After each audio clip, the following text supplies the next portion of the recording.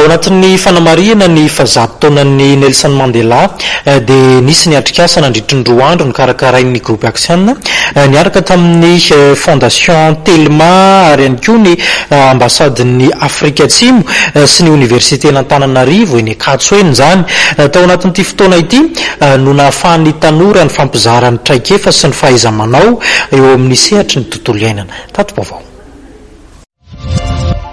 Ao anatin'ny tetikasa Mandela izay tafiditra indrindra amin'ny fankalazana ny fahazatoana ny Nelson Mandela dia nisy ny hetsika izay karakarain'ny groupe action amin'ny alalan'ny fondation Telma niaraka tamin'ny ambasady ny Afrika Atsimo sy ny université n'Antananarivo niaraka tamin'ireo mpianatra. Firenena tsy afa-miala amin'ny fiovaovan'ny toetrandro i Madagasikara ary ny resaka fiovaovan'ny toetrandro no niopanan'ny atrikasa izay ahitana fandraisana anjara ireo tanora mpitarika sy tanora mpianatra no tanterahana nanomboka androany teny Akatso. Ty tetikasa ataontsika androany ity dia tafiditra tanteraka ao anatin'ny projet Mandela izay niarahana tamin'ny université n'Antananarivo sy ny Masuvoany Afrika Atsimo. Tafiditra tanteraka ao anatin'ny fanampinan'ireo olona sahirana izy ity satria natao tamin'ny efa bolana zay ny inauguration ny CSB2 izay eto amin'ny 2e arrondissement.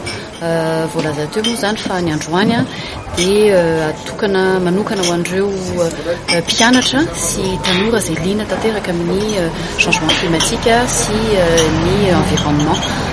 Zava-dehibe ho an'ny tanora ny fisiana hetsika tahaka izao raha ny nambarany Tahinina Randry Armanana.